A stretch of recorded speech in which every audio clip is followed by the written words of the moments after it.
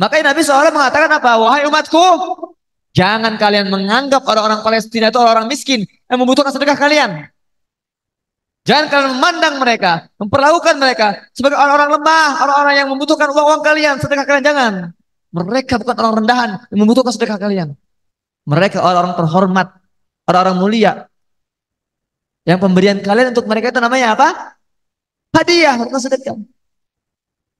Jadi mulai hari ini Ibu, kalau mau dapat pahala sholat di Baitul Maqdis, niatkan kirimnya apa?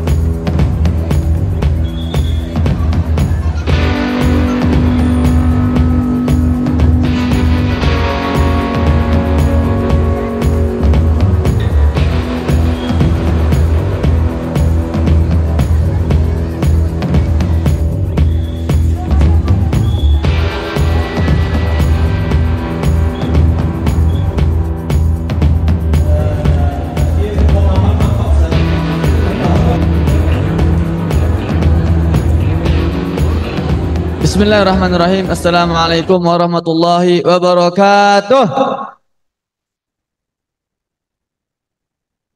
Takbir, takbir, takbir. Alhamdulillahi wa kafa. Wassalatu wassalamu ala nabiyil mustafa wa ala alihi wa ashabihi wa man tabi'ahu bi ihsanin ila yaumil wafa. Amma ba'd. Masya Allah kana ma lam yasha lam yakun, la hawla wa la quwwata illa billah. Rabbi shrah li sadri wa yassir li amri wahlul 'uqdatam min lisani yafqahu qawli. Rabbana zidna ilma. Ibu-ibu, piye kabare? Oh, yang ditanya ibu-ibu, yang jawab bapak coba. Entar lagi iranya Pak. Bapak, pripun kabare? Jadi kula iki orang Sunda, tapi kulo saged basa Jawa sedikit. Karena kulo belajar belajar kitab gundul di Demak, Meranggen, Kali Tengah, 11 bulan. Alhamdulillah. Senang sekali malam hari ini saya bisa berada di hadapan para mujahidin dan mujahidah. Masya Allah, membersamai para pejuang-pejuang, pecinta Baitul Maqdis, pecinta Masjidil Aqsa di Masya Allah. Wonosobo ini bukan eh, kota yang asing bagi saya, karena baru 2 minggu lalu ya, saya ngisi di Batur di acara waktu itu ya. Masya Allah. Di Batur. Ada yang ikut di Batur tempo hari? Ada ya? Ada. Alhamdulillah. Dan saya termasuk termasuk orang yang tertarik dengan teorinya dokter siapa gitu ya, yang mengatakan bahwa Candi Borobudur itu adalah peninggalan Nabi Sulaiman. Wonosobo ini adalah hutan Sabak yang disebut dalam Al-Quran. Itu banyak-banyak relatnya. Saya sampai datang ke Candi Borobudur tahun 2021 itu untuk melihat ukiran di Candi Borobudur yang memang ada ukiran di situ, terlihat seorang putri sedang mengangkat kainnya sebetis, dan di bawah itu ada ikan-ikan. Saya bilang ini benar-benar seperti apa kisahnya Ratu Balkis dengan Nabi Sulaiman. Dan ukiran itu nggak mungkin pakai tangan itu, karena dia benar-benar kayaknya kayak bukan pakai mesin gitu loh. Banyak kayak ada Ratu Boko, Ratu Balkis, ya kan ya, ada sini Ratu Boko ya. Sleman, Sulaiman, Masya Allah. Jadi memang sudah ada ikatan kuat antara Wonosobo dan Palestina. Masya Allah. Ya, takbir. Alhamdulillah. Tadi saya nggak paham bahasa Jawa banyak ya, tapi tadi kan ditanya sampai jam berapa kuatnya gitu ya. Saya 12 tahun di Gaza, Pak. 12 tahun harus meringkas dalam waktu 1,5 jam ya nggak bisa lah. Masya. Minimal sampai subuh, Bu ya. Siap sampai subuh? Saya nggak siap. Karena besok subuh saya ada acara. Di mana kita subuh besok? DX. Di Iya, Dieng ya. Masjid Nurul. Iya. Nanti Ibu salat subuh di Dieng, Bu ya. Salat subuh berjamaah di Dieng ya. Alhamdulillah. Dan tema hari ini Masya Allah ya, Al-Quran bahan bakar iman. Saya selalu katakan dimanapun saya mengisi forum, kajian-kajian, bahwa kalau kita mau bicara Gaza, bicara Palestina, jangan terlalu mengandalkan logika. Nggak akan nyambung. Kita kalau mau membahas Gaza, membahas Palestina, jangan terlalu berpegang pada rasio kita, otak kita, opini kita, nggak akan nyampe. Kalau kita maksain membahas, menganalisa kejadian di Gaza dengan logika, yang ada nanti keluar statement-statement ngawur. Sampai ada yang bilang apa? Harusnya para pejuang Gaza ini sebelum perang itu kosongkan dulu wilayahnya. Ada yang ngomong gitu gak, Pak? Atau ada yang ngomong gini, Yahudi itu kan kekuatan besar melawan Hamas yang ormas kecil. Masa nggak bisa mati kan ormas kecil ini? Memang Yahudi ini perlu Hamas. Hamas ini buatan Yahudi. Ada yang ngomong gitu, Pak? Itu kalau orang tuh terlalu sombong membahas Gaza dengan logika. Kalau kita mau bicara Gaza, pakai iman. Pakai iman. Kita mau bicara Palestina, pakai Al-Quran. Karena di situ adalah tempat Allah menurunkan karomahnya. Orang-orang terbaik yang ada di Palestina itu bukan orang sembarangan.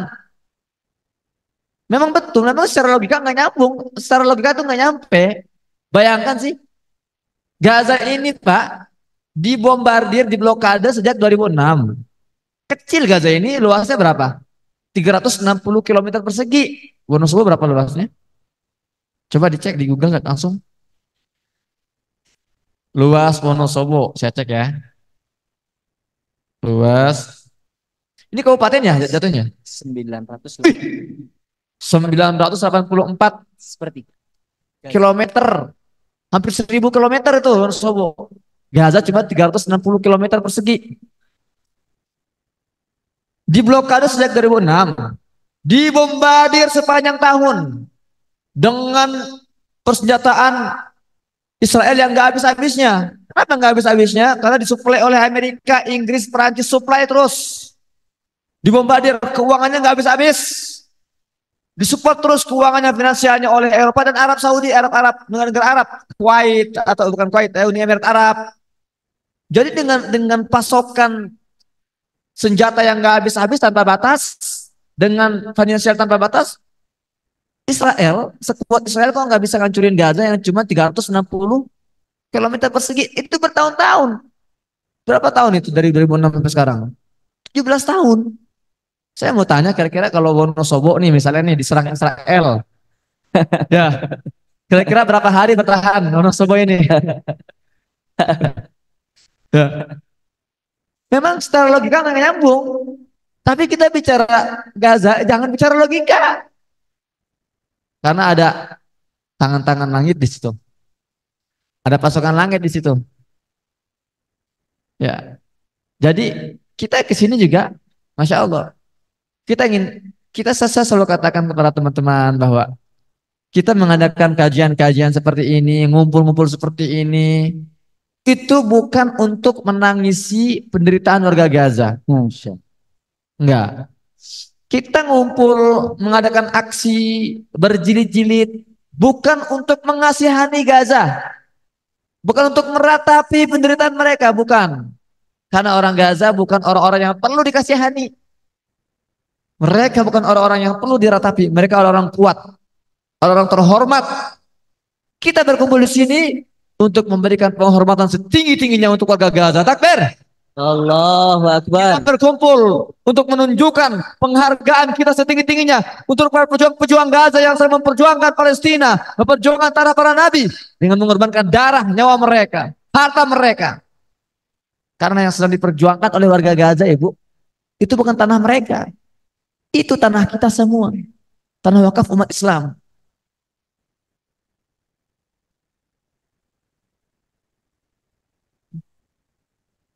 Ini terlalu panjang ini. Ribet ini tadi. Enggak apa ya. Baik.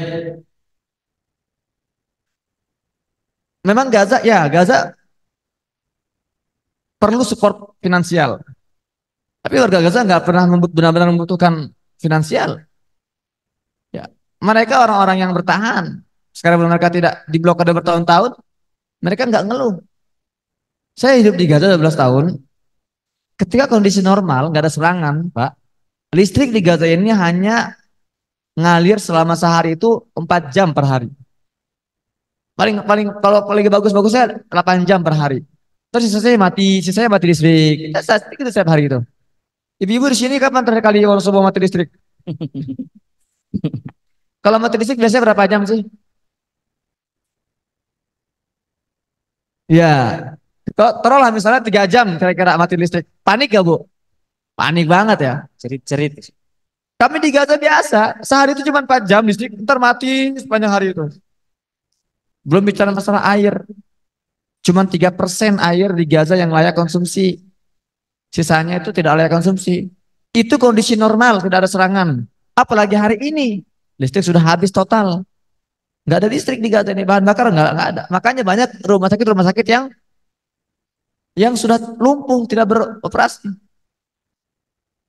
Kalau orang Gaza ini kayak orang-orang normal, sudah dari hari pertama itu nyerah itu.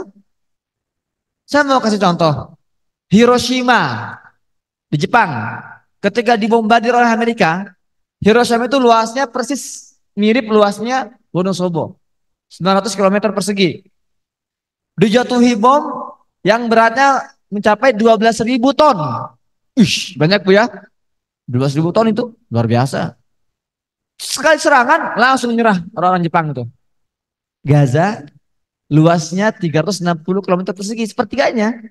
Tahu berapa Pak yang sudah jatuh di Gaza berapa ribu ton? 50.000 ton. Masya Allah. Apakah Gaza menyerah? Enggak. Gaza masih bertahan. Gaza enggak ngeluh. Makanya saya malu saya. Saya pulang dari Gaza ini tanggal 12 November saya keluar dari Gaza. Setelah 4 kali percobaan gagal. Akhirnya tanggal 12 November saya keluar dan sempat 2 hari di Mesir dijamu oleh duta besar Mesir. Pulang ke Indonesia tanggal 15. Nah, ketika saya lagi landing, pesawat lagi landing nih di Bandara Soekarno-Hatta, sudah mulai ada sinyal internet. Saya di SMS di WhatsApp sama kakak saya. Sen, ini sudah banyak tawaran-tawaran kamu untuk misi wawancara permintaan dari TV sudah banyak banget nih yang masuk. Kita sengaja meluangkan 3 hari dulu buat kamu istirahat karena kamu baru pulang dari Gaza, tempat konflik, tempat perang. 3 hari dulu istirahatlah. Saya bilang apa? Waduh, istirahat. Ini malu saya kalau istirahat sekarang. Bagaimana saya bisa istirahat? Saudara-saudara saya di Gaza dibantai, dibombardir tanpa istirahat. Ibu-ibu di sana, ya hidup kesulitan, anaknya dibunuhi tanpa istirahat. Saya pulang istirahat, nggak mungkin. Saya bilang, nggak, saya nggak mau istirahat. Sampai sekarang saya sudah sebulan di Indonesia, ya nggak ada sehari pun istirahat. Alhamdulillah. Sehari 3, 4, 5 titik. Saya berusaha untuk melanjutkan perjuangan saya. Saya mengatakan saya pulang ke Indonesia bukan untuk rebahan, bukan untuk wisata, bukan untuk leha-leha. Saya kembali ke Indonesia untuk melanjutkan perjuangan saya. Untuk menghadiri kajian-kajian seperti ini, bukan kajian untuk kumpulin donasi. Ya, ada gak di sini? Siapa infak terbaik? Aman, Nggak aman. ada kan? Saya kalau ngisi kajian Ibu, nggak pernah saya tulis siapkan donasi terbaik. Enggak. Karena bagi saya terlalu hina kalau kita mengikat Indonesia dan Palestina hanya berdasarkan donasi atau materi. Enggak. Allah. Ikatan Indonesia dan Palestina jauh lebih sakral dari masalah donasi. Mereka bukan orang-orang yang memerlukan receh-recehan kita. Bagi mereka, kalian mau kirim, oke, nggak kirim, kami akan tegar. Karena bukan mereka yang butuh kita, tapi kita yang butuh mereka. Maka saya selalu menitik beratkan kajian-kajian seperti ini untuk memberikan edukasi. Saya nggak mau menghabiskan waktu misalnya memutar video-video yang membuat kita menangis lagi, menangis lagi. Simpan air mata kita. Jangan sampai kering. Jadikan semangat kita ini bahan bakar untuk menjaga agar kita terus konsisten perjuangan kita. Jangan kayak yang udah 12 bulan setahun, cuma sebulan kita nangis untuk Palestina, 11 bulannya lupa lagi. Betul Bu ya? Ini masalah kita. Nggak fair. Ketika mereka musuh-musuh kita, ini Israel, didukung oleh Amerika, Inggris, Prancis, mereka itu nggak musiman ketika menjajah Palestina. Nggak ada Israel. Oke, kita sebulan jajah, 11 bulan kita rehat dulu. Nggak ada. Mereka menjajah 24 jam sehari, 7 hari seminggu, 12 bulan setahun. Kita harusnya lebih totalitas dibanding mereka. Amerika itu menggelontorkan finansialnya dananya itu nggak sedikit-sedikit. Mereka terus support Israel itu dengan semua yang mereka mampu. Lah kita masih memberi Palestina sisa. Uang sisa kita baru kita kasih Palestina. Waktu sisa kita baru kita kasih Palestina. Tenaga sisa kita baru kasih Palestina. Gimana kita mau memberikan Palestina? Maka dari itu untuk momen kali ini mohon. Ya, kita berazam mulai hari ini ya Allah. Sebagaimana musuh-musuh kami totalitas menjajah Palestina, kami akan totalitas memperjuangkan Palestina. Takbir. Oh, Akbar. Jangan tidur lagi. Jangan rebahan lagi. Jangan redup lagi. Kita juangkan Palestina. Kita support Palestina. Sampai mereka menghirup udara kebebasan.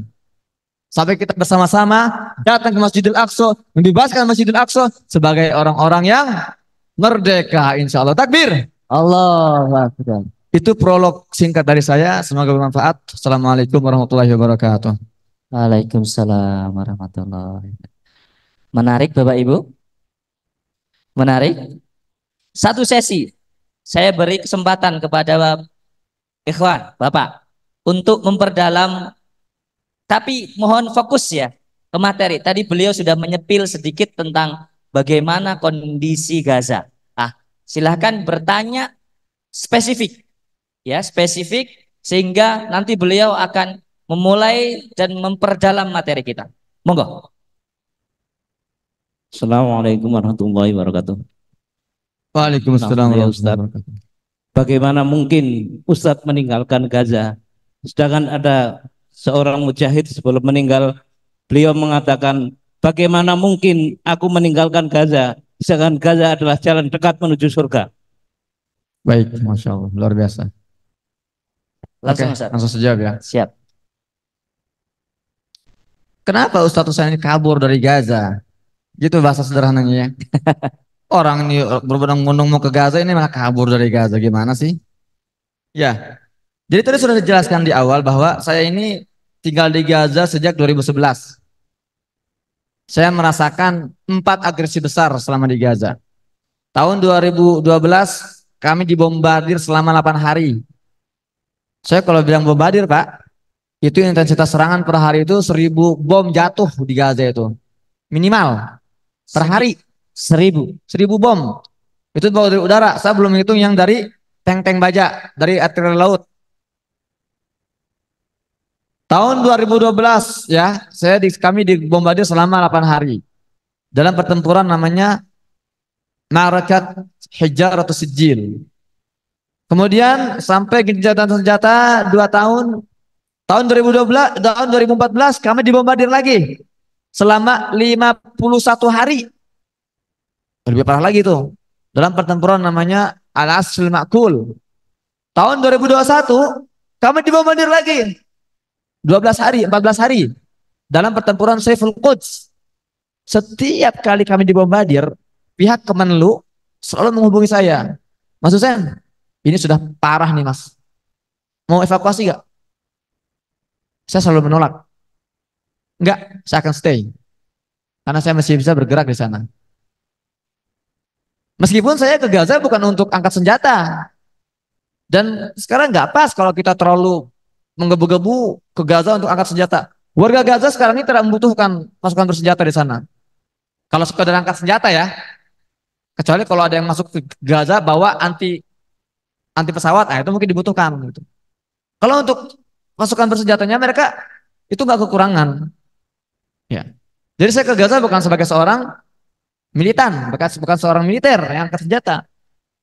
Saya lebih bermanfaat di Gaza kalau saya berjuang sebagai seorang jurnalis.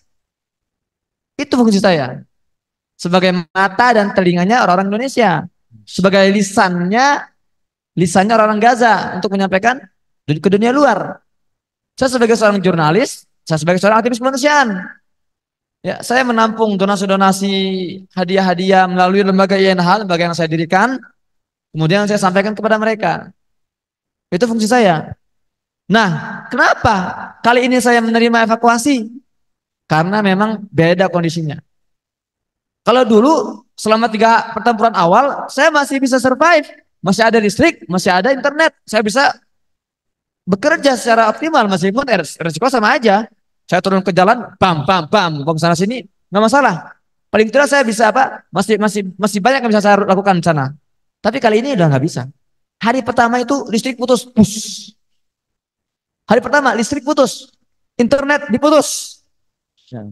Serangan ini udah bukan lagi serangan-serangan perang, ini genosida. Brutal. Saya setiap hari dalam minggu awal saya tinggal di wilayah utara, itu setiap hari saya menyambut ratusan jenazah anak-anak dan wanita. Enggak muat ditampung di kamar jenazah, digeletakkanlah di atas trotoar. Kemudian rumput. Nah, tapi saya masih bertahan. Oke, saya masih bertahan. Karena masih ada yang bisa saya bagikan di sana kan. Ternyata serangan-serangan luar biasa brutal. 5 hari pertama serangan kali ini, ya, Taufan al-Aqsa, ini kerusakannya jauh melampaui 4 agresi sebelumnya kalau digabung. Itu 5 hari pertama. Kita sekarang sudah masuk hari ke 66 atau 60 berapa? 69, hari ke 70 malah sekarang ini kita. 5 hari pertama saya sudah hancur lebur, apalagi sekarang. Belum saya sudah tidak bisa berbuat banyak. Internet diputus, listrik diputus. Mending saya masih ada solar panel di rumah mertua saya itu. Saya masih bisa menggunakan listrik meskipun nggak 24 jam juga. Tapi saya masih bisa bantuan. Saya masih eksekusi bantuan. Tapi saya eksekusi bantuan nggak sembako karena nggak pas. Kalau dulu saya bikin 1000 sembako, saya bagi-bagiin ke rumah-rumah warga. Dulu kan Ustaz Adi Hidayat kirim bantuan lewat kami, lewat INH. Saya bikin ribuan sembako, saya kirim. Kali ini nggak bisa, karena penerima bantuan kali ini itu bukan di rumah mereka sudah hancur. Mereka semua tinggal di pengungsian, di sekolah yang tidak didesain untuk pengungsian. Nggak pas sebetulnya. Tapi saya saya nggak bisa bikin sembako karena kalau saya bawa nih, kan sembako ini kan harus seragam isinya kan, nggak lucu juga. Saya kasih satu ibu-ibu isinya minyak, gula, tepung, si ibunya ternyata yang dibutuhkan apa? Pampers buat anak bayi misalnya kan. Jadi nggak tepat sasaran. Akhirnya apa? Ya udah deh, saya bikin program namanya kupon belanja. Ada mall di wilayah selatan namanya Golden Mall. Itu saya borong tuh. Saya bikin kupon belanja. Donasi yang dititipkan kepada saya ubah menjadi kupon. Saya bagikan ke sekitar 4.000 keluarga, 4.000 kupon untuk 4.000 keluarga. Silakan ibu masuk ke mall, pilih kebutuhan-kebutuhan ibu. Ada yang bapak-bapak, ada yang borong pampers buat anaknya, ada yang beli susu buat anaknya, ada yang beli kebersihan, alat kebersihan. Sampai mallnya habis, diborong tuh, tutup akhirnya. Waduh, saya bilang apalagi yang bisa saya lakuin ya, saya bilang. Saya melihat pengungsian, saya lihat anak-anak kecil tertidur tanpa selimut di musim dingin. Ya udah, saya gerilya di bawah dentuman bom sana sini. Saya gerilya ke pasar Khan Yunis, pasar bagian selatan. Saya cari yang masih jualan selimut, saya borong semuanya. Saya bagi-bagiin ke pengungsian. Itu ada tuh, videonya ada di YouTube saya, di channel YouTube. Ntar bisa dicek abis ini ya. Sampai habis saya nggak bisa lagi bagi-bagi apa-apa. Jadi kondisi saya sekarang kalau saya di sana, saya nggak angkat senjata, saya juga nggak bisa bagi-bagi bantuan. Saya hanya tinggal menunggu giliran dibom aja di sana itu. Ya, iya. Jadi saya pikir ya udahlah kita terima deh, kita evakuasi. Saya juga punya anak dua, Muslim 8 tahun, Habibur Rahman 3 tahun. Masa saya harus mengorbankan mereka karena semangat semata semangat saya kan? Karena saya juga punya masa depan dan memang keluarga saya pun mendukung, keluarga saya yang di sana mendukung. Hussein, ini kan sudah ada tawaran evakuasi. Bawalah anak-anak ini ke Indonesia, amankan dulu. Saya pribadi berat, kalau saya pribadi nggak mau pulang gitu kan kalau nggak melihat kondisi itu. Ya. Tapi memang saya juga nggak menyalahkan juga orang-orang yang bertanya-tanya seperti itu kan. Kenapa pulang? Memang itu artinya ada semangat untuk pergi ke sana. Tapi misalnya ada buzzer-buzzer yang juga menggunakan narasi yang sama tuh. Sen, yang ngakunya pejuang kok kabur gitu kan. Saya tantang tuh buzzer-buzzer yang ngomong gitu, kuat gak sejam di Gaza tinggal. Masya Allah. Dengan seperti itu ya, di Gaza. Ya, memang mengerikan sekali situasinya. Tapi benar serius, kalau ada yang bertanya kepada saya, Ustadz, apa hal yang paling berat selama antum di Gaza? Saya ditanya gitu, sering saya ditanya gitu. Jawaban saya selalu satu, hal yang paling berat adalah ketika saya melangkah keluar dari Gaza. Ketika saya harus meninggalkan teman-teman saya di sana berjuang sendirian. Ketika saya meninggalkan saudara-saudara saya. Tapi bagaimanapun, saya mundur bukan untuk kabur, tapi untuk menyusun strategi. Ya, untuk apa? Untuk kembali dengan strategi yang lebih efektif. Seperti kalau orang main catur itu kadang harus mundur dulu tuh untuk menyerang lebih dalam. Artinya perjuangan tetap akan terus berlanjut, Ustaz. Itu bukan pilihan, itu keniscayaan. Ustadz, Oke. akan balik gak? Itu bukan pertanyaan. Keluarga saya di sana di Gaza, istri saya orang Gaza. Masa saya meninggalkan mereka sendirian? Tapi kalau saya sekarang ke sana, saya nggak bisa ngapa-ngapain, gitu loh. Keberadaan saya di Indonesia itu lebih vital daripada saya di Gaza hari ini. Di Indonesia saya bisa menyentuh antum semua, ya, bisa bertemu langsung, bisa mentransfer energi yang saya bawa dari Gaza. Energi-energi pejuang-pejuang yang saya serap selama 12 tahun, bisa antum merasakan hari ini di sini. Untuk menjadi bahan bakar perjuangan kita ke depan. Menjaga agar semangat kita ini nggak luntur dan nggak redup ini. Itu misi saya hari ini. Makanya saya pulang ke Gaza, nggak rebahan, nggak istirahat. Saya keliling ke Indonesia, nih, seluruh Indonesia.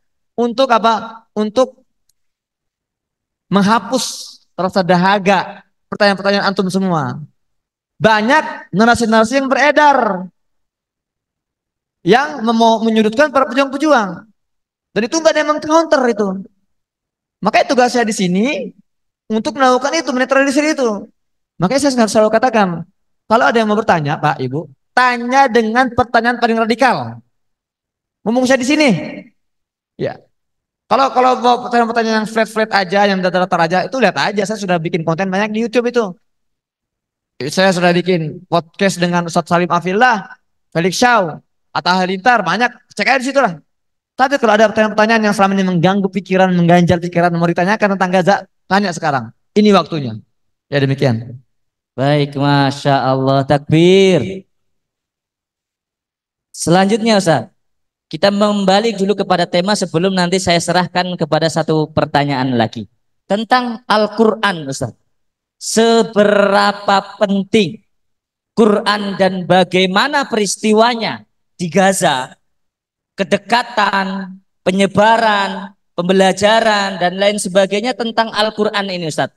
Bagi rakyat Gaza itu seperti apa sehingga kok bisa keimanan yang luar biasa. Beliau tadi menyampaikan dan beliau pernah cerita kemarin bahwa ada beberapa wartawan yang ikut serta bareng dengan beliau meliput dan masuk dan berhasil bersama beliau di Palestina.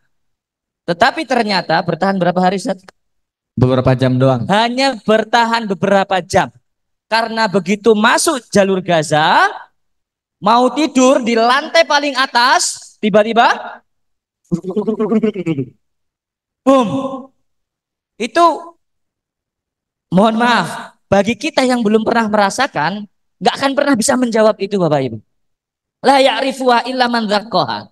Tidak ada yang pernah tahu kecuali orang yang betul-betul merasakan. Betul-betul Gaza itu ujian keimanan. Maka kalau kita bertahan di sana nggak pakai pampers begitu ya, itu biasa sudah luar biasa. Maka kita perlu tahu apa korelasi Quran dan korelasi iman bagi warga Gaza. Setuju? Setuju. Monggo Ustaz, dijelaskan. Baik, memang betul ya. Ini kisah nyata. Jadi tahun 2012 saya di Gaza. Saya lagi meliput di Rumah Sakit Ashifa namanya. Rumah Sakit Ashifa ini rumah sakit utama di jalur Gaza. Saya ketemu ada dua orang wartawan senior dari salah satu media besar Indonesia.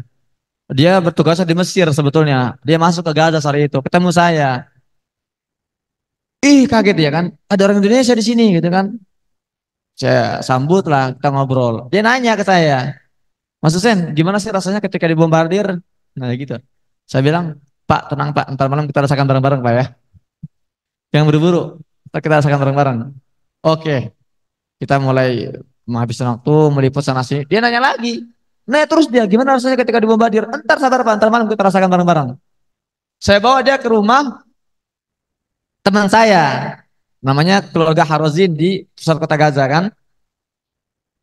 Di malam hari, memang Zionis ini Pak, Bu, mereka kalau nyerang Gaza itu intensnya itu kalau malam hari. Itu benar-benar hampir gak ada jeda. Bergetar tuh bangunan itu kan. Malam hari sudah mulai bombardir, teriak dia. Ustaz, Mas Hussein, ini gimana kita bisa gak tidur di bawah? Kenapa Mas? Ini bombardir kanan kiri. Udah mukanya pucat dia. Saya bilang Mas tenang aja Mas lah. Insya Allah kalau kita terbunuh syahid insya Allah. Dia bilang enak aja lu. Gue belum nikah dia bilang. Ada yang satu masih muda belum nikah, yang satu udah tua gitu kan. Semalaman dia nggak bisa tidur. Subuh-subuh langsung pulang ke Mesir dia, balik lagi. Memang orang kalau datang ke Gaza niatnya bukan untuk berjuang itu akan berat rasanya. Jangankan dia, saya punya teman, dia orang terkenal di Indonesia. Dia minta berkali-kali minta tolong dibawa ke Gaza. Saya urus, oke saya urus. Sekarang kamu sudah saya buatin berkasnya, kamu tinggal datang ke kedubes Mesir, urus berkas-berkasnya. Dia cerita ke saya tuh. Stop, saya pas habis ngurus berkas saya di Mesir kan, di kedubes ini, kedubes Jakarta, kedubes Mesir di Jakarta. Belum ke Mesir, belum ke Gaza, baru ngurus-ngurus doang. Setelah saya ngasih berkas, keluar-keluar gemeter dia. Kebayangin mau ke Gaza. Ya memang kalau nggak siap-siap mental, ya nggak mudah gitu kan. Nah, apa yang membuat Gaza ini bertahan warganya? Ya inilah Al-Quran ini. Kalau nggak ada Al-Quran, nggak akan kuat. Ya, kan dan memang sudah Allah sudah banyak dalam banyak ayatnya, banyak banyak hadisnya Rasulullah mengatakan bahwa iya barang siapa yang ada Al-Quran dalam dirinya itu akan kuat. Sebaliknya kalau tidak ada Al-Quran itu akan rapuh. Man laisa fi jawfi syai'un minal Quran kata Rasulullah kayak baitul kharib. Barang siapa tidak ada Al-Quran di dalam hatinya, dalam jiwanya, maka dia seperti rumah yang kok rapuh gitu loh. Nggak ada apa-apa. Ini matiin aja matiin. Nggak usah di. Oke, jadi gini. eh saya kalau di Gaza ngelihat anak-anak Gaza ini jalan-jalan itu, Pak. Kan kalau kita kan anak-anak kita kalau jalan itu paling main yoyo gitu kan ya, cuma jalan-jalan atau main gadget. Mereka mengenal Al-Quran, ngerojak sambil jalan gitu loh, sambil ngobrol mengenal Al-Quran itu biasa gitu loh. Dan di Gaza ini memang liburan sistem liburannya itu namanya liburan musim panas, 3 bulan liburannya, kayak di Eropa gitu kan. Dan kalau waktu liburan itu mereka habiskan untuk memenuhi perkemahan Al-Quran. Jadi ada sistem di Gaza itu ada sistem menghafal Al-Quran 30 juz dalam waktu 3 bulan. Namanya Tajul Waqor. Pokoknya kalau kita bisa Al-Quran itu kalau kita bicara Gaza ya kita bicara Al-Quran. Masya Allah. Nah, di sini akan ada berita yang menarik, ada kisah menarik. Jadi Gaza ini kan sejak 2008 dibombardir berkali-kali. Dan yang tidak banyak diketahui oleh orang-orang, setiap kali jual beli serangan terjadi antara Zionis Israel melawan pejuang Gaza, itu selalu berakhir dengan pihak Israel yang mengangkat bendera putih. Masya Allah. Nggak pernah Gaza itu memulai apa permintaan gencatan senjata, nggak pernah. Karena Israel itu nggak tahanan. Beda kalau Gaza mah tegar. Gaza kalau dibombardir berhari-hari pun mereka nothing tulus. Kan jelas prinsip orang Gaza seperti yang disampaikan oleh juru bicara para pejuang Gaza. Siapa namanya, Bu? Masya Allah. Bu, Bu, juru bicara Presiden Indonesia siapa namanya, Bu? Juru bicara Kementerian Agama Indonesia siapa namanya, Bu? Bu, juru bicara para pejuang Gaza siapa namanya, Bu? Aduh, ini fasih banget ya Ibu nih. Masya Allah. Ya, Abu Ubaidah selalu mengatakan di ujung pidatonya apa yang selalu dia bilang? Wa innahu la jihadun nasrun aw istishhad. Itu aja kata dia cara menutup kata-katanya apa? Inilah jihad kami.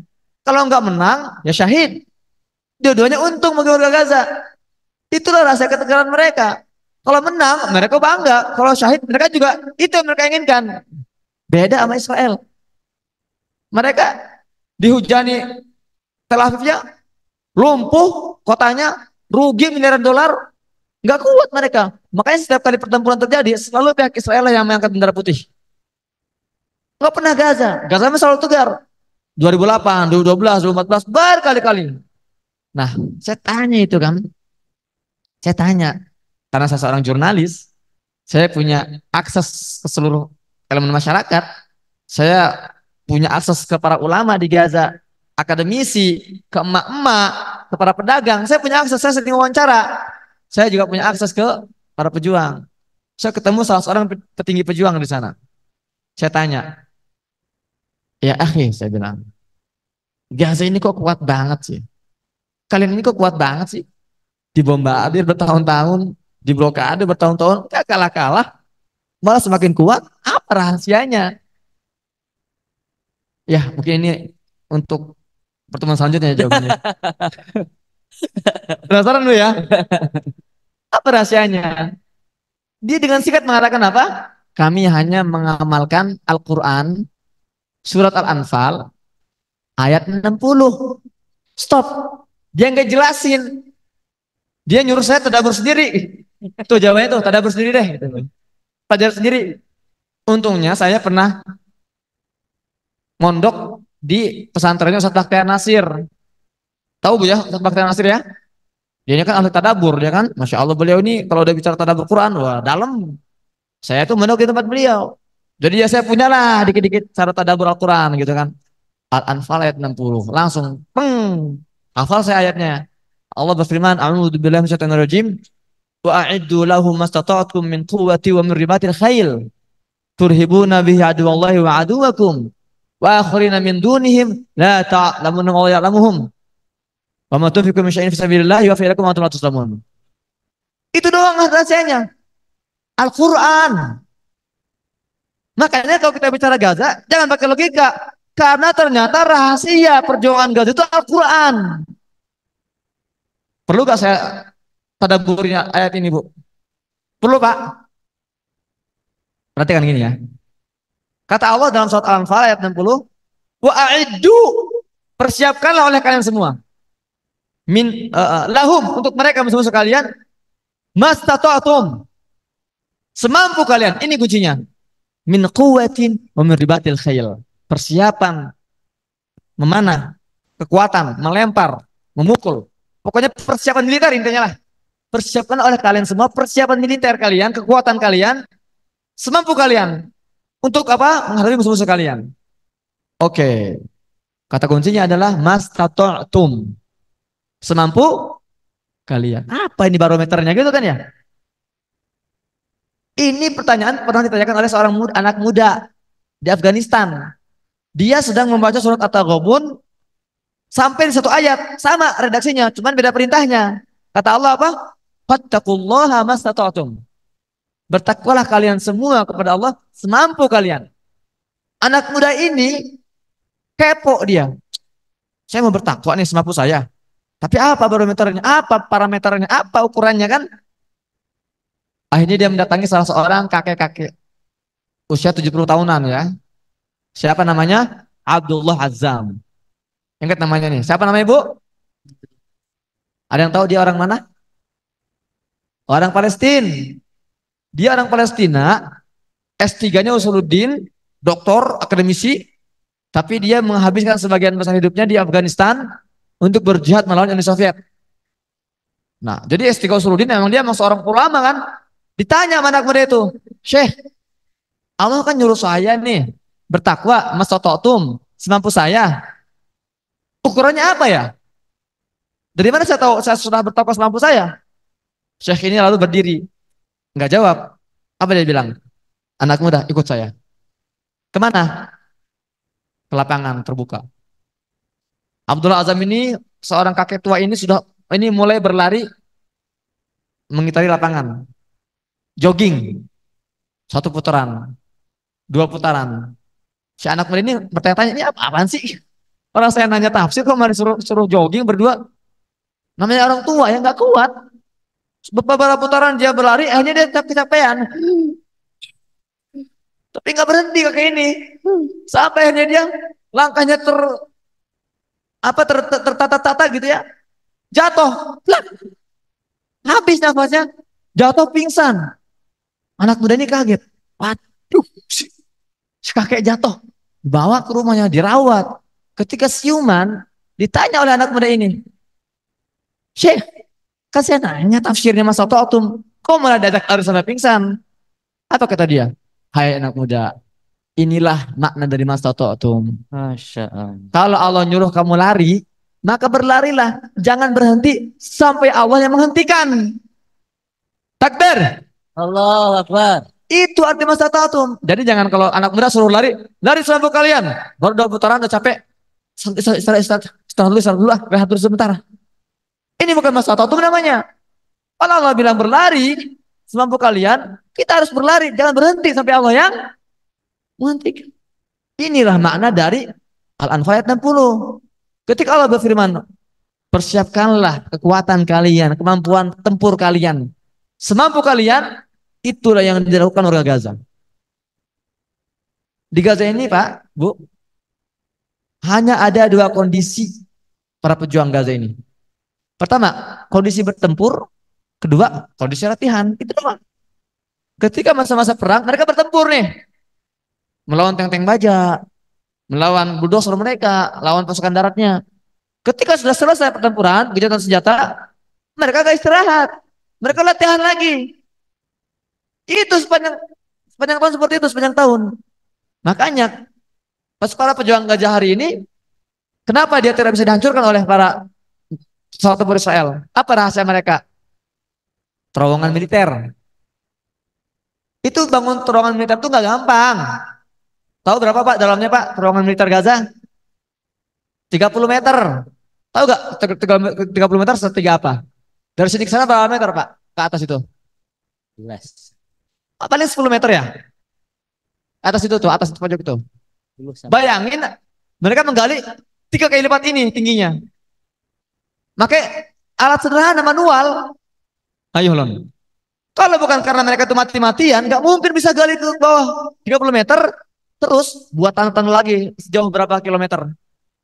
200 kilometer di bawah tanah itu. Dari sini kemana tuh 200 kilometer tuh? Sampai Banjarnegara lebih. Purbalingga. Lebih lah. Semarang. Solo ya.